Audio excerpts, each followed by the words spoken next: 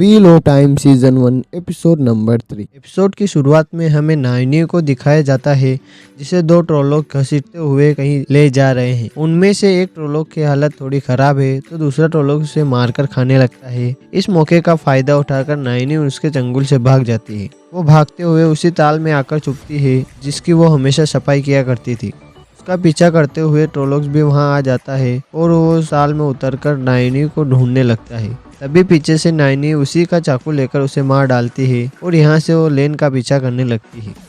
दिखाया जाता है नाइनी को जो लेन के गले पर चाकू रखकर उन चारों के बारे में पूछ रही है, लेकिन लेन उसे यही पूछता है कि तुमने हमें कैसे ढूंढा। नाइनी इसका जवाब नहीं देती। फिर लेन उसे बताता है कि मोरेन बहुत कमजोर है, वो हिल भी नहीं सकती, क्या तुम इसकी मदद कर सकती हो। लेकिन नाइनी मोरेन से नफरत करती है, इसलिए वो मदद करने से इनकार कर देती है और उन चारों के बारे में पूछती है। लेन कहता है कि उन चारों के पास पहुंचना है तो पहले हमारी मदद करनी होगी। नाइनी उसकी मदद करने के बजाय लेन पर हमला कर देती है। लेन एक योद्धा है तो वो उसका चाकू छुड़ाकर उसे बेहोश कर देता है। दूसरी ओर रेन और मेट को दिखाया जाता है जो कि उस शहर से बाहर निकलकर इग्वेन और पेरिन को ढूंढ रहे हैं। मेट कहता है कि हमें वापस गांव चलना चाहिए क्योंकि पेरिन और इग्वेन भी गांव की ओर जाएंगे। लेकिन रेन का मानना है कि इग्वेन मोरेन पर भरोसा करती थी और वो गांव नहीं बल्कि श्वेत मीनार की ओर जाएंगे और हमें भी वहीं चलना चाहिए। फिर वो दोनों इग्वेन को ढूंढते हुए एक पहाड़ी की ओर चल पड़ते हैं। दूसरी ओर इग्वेन और पेरिन को दिखाया जाता है जो उस दीवार से पानी में कूदने के कारण पूरे भीग चुके हैं और उन्हें बहुत ठंड लग रही है। वो एक जगह रुककर आग जलाने की कोशिश करते हैं। मेट चाकू और पत्थर लेकर आग जलाने की कोशिश करता है लेकिन आग नहीं जलती, तो इग्वेन अपनी शक्ति का प्रयोग कर आग जलाने की कोशिश करती है। आग जल जाती है और उन दोनों को पता नहीं है कि आग किसने जलाई है। रात होने लगी है तो वो दोनों वहीं रुकने का फैसला करते हैं। वापस दिखाया जाता है लेन को जिसने नाइनी को एक पेड़ से बांध दिया है और उसे पानी पिलाता है। फिर से मदद करने के लिए पूछता है।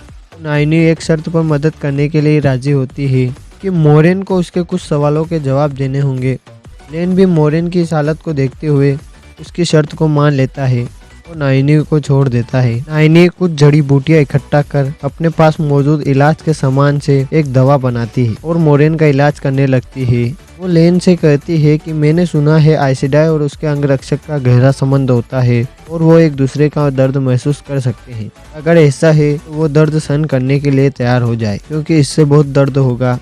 फिर रात को सोते समय पेरिन को एक सपना आता है जिसमें वो देखता है कि उसकी पत्नी को एक भेड़िया नोच कर खा रहा है। फिर वो उसी दहकती हुई आंखों वाले आदमी को देखता है जिससे वो डर जाता है और एकदम से उसकी नींद खुल जाती है। वो दोनों देखते हैं कि कुछ भेड़िए उनके बहुत नजदीक आ चुके हैं तो वो दोनों जंगल की ओर भागने लगते हैं। भेड़िए अभी भी उनका पीछा कर रहे हैं तो वो जंगल से होते हुए खुली जगह पहुंचते हैं, पर भेड़िए यहाँ आकर रुक गए हैं जैसे वो उन दोनों को यहाँ तक लाना चाहते हो। दूसरी ओर रेन और मेट उस पहाड़ी से नीचे की ओर जाते हैं जहाँ उन्हें एक गाँव दिखाई देता है। वो दोनों वहीं जाने का फैसला करते हैं। गाँव में जाते ही उन्हें सामने ही एक लाश पिंजरे में टंगी मिलती है। मेट उस लाश के पास एक पिंक कलर का स्टोन देखता है। फिर ये दोनों वहाँ के एक लोकल बार में जाते हैं। उनके पास ज़्यादा पैसे नहीं होते हैं इसलिए वो बस खाना ऑर्डर करते हैं और उस बार के ओनर जिसका नाम डायना है से पूछते हैं कि क्या हमारे अलावा और कोई अजनबी यहाँ आया है। लेकिन डायना बताती है कि यहाँ तो बस एक गवैया आया है। फिर एक चोर मेट का बटुआ चुरा लेता है जिसे वो गवैया उस चोर से लेकर अपने पास रख लेता है। वो ये बटुआ मेट को नहीं देता क्योंकि वो मेट को एक सबक सिखाना चाहता है कि यहाँ किसी पर भी भरोसा मत करना। मेट और रेन को रहने के लिए जगह चाहिए लेकिन उनके पास पैसे नहीं है तो वो डायना के पास जाते हैं और उसे कहते हैं कि हमें रहने के लिए जगह चाहिए, इसके बदले वो कोई भी काम कर सकते हैं। तो डायना उन्हें लकड़ी काटने का काम देती है। रेन लकड़ियाँ काटने लगता है पर मेट कामचोर और अय्याश है, वो उस लड़की के पास चला जाता है। दूसरी ओर इग्वेन और पेरिन चलते हुए एक बैलगाड़ियों के निशान देखते हैं और उनको फॉलो करते हुए वो दोनों आगे बढ़ते हैं। उन्हें कुछ बंजारे मिलते हैं। वह बंजारे उन्हें अपने साथ ले जाकर खाना और गर्म कपड़े देते हैं और उनके साथ अच्छा बर्ताव करते हैं। लेकिन वो ऐसा क्यों कर रहे हैं ये तो हमें आगे के एपिसोड में ही पता चलेगा। वापस हम रेन के पास आते हैं जहाँ रेन ने सारी लकड़ियाँ काट दी है। इसके बदले में डायना उन्हें रहने के लिए एक अच्छा सा कमरा देती है और एक एक ड्रिंक भी देती है। तो दूसरी ओर मेट जब गांव में आया था तो उसने लाश के पास एक पिंक कलर का स्टोन देखा था, जिसे चुराने के लिए वो उसके पास जाता है। तभी वहां वो गवैया आ जाता है। वो उस लाश को दफनाने आया था। वो मेट को बताता है कि यह एक आयल की लाश है। आयल खूंखार योद्धा होते हैं। वो यहाँ किसी को नुकसान पहुंचाने के लिए नहीं आया था, लेकिन गांव के लोग डर गए और उसे मार डाला। उस गवैये को उन दोनों के बारे में सब कुछ पता है। वो दोनों दो नदियों के गांव से आए हैं, लेकिन वह सभी को अपनी आइडेंटिटी गलत बता रहे थे। फिर मेट उस गवैये से कहता है कि मैं यहाँ लाश का सामान चुराने आया था, तो गवैया उसे ये करने देता है।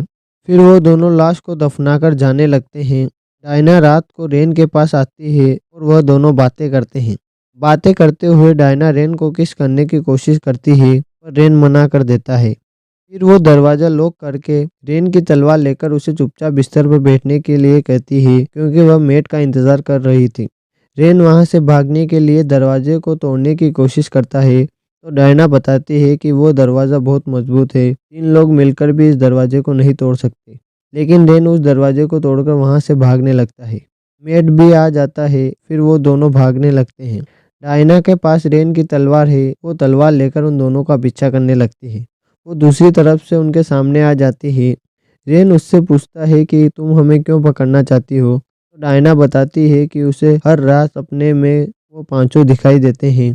उनमें से एक ड्रैगन रिबन है, जिसे वो निशाचर को सौंपना चाहती है, ताकि सभी उसका नाम याद रखें, क्योंकि सदियों पहले जिसने ड्रैगन को निशाचर को सौंपा था, उसका नाम अभी तक लोगों को याद है। उसने ये खबर फेट को दे दी है। उसके सिपाही आने ही वाले हैं। तभी वो गवैया पीछे से डायना के गले में चाकू घुसाकर उसे मार देता है और उन दोनों को यहाँ से अपने साथ ले जाता है। ये सब देख रेन को मोरिन की बातों पर भरोसा होने लगता है। दूसरी ओर नाइनी के इलाज से मोरिन को होश आ चुका है। लेन मोरिन और नाइनी को लेकर एक जगह पहुंचता है जहां कई सारी आइसिडाई है। तभी वहां रेड आइसिडाई ग्रुप की एक आइसिडाई आकर मोरिन को बताती है कि उन्होंने एक आदमी को पकड़ा है जो ड्रैगन रिबॉर्न होने का दावा कर रहा था। और एपिसोड यहीं खत्म हो जाता है। आपको ये वीडियो कैसा लगा कमेंट में बताएं, और वीडियो अच्छा लगा हो तो लाइक करें और चैनल को सब्सक्राइब करें। मिलते हैं अगले वीडियो।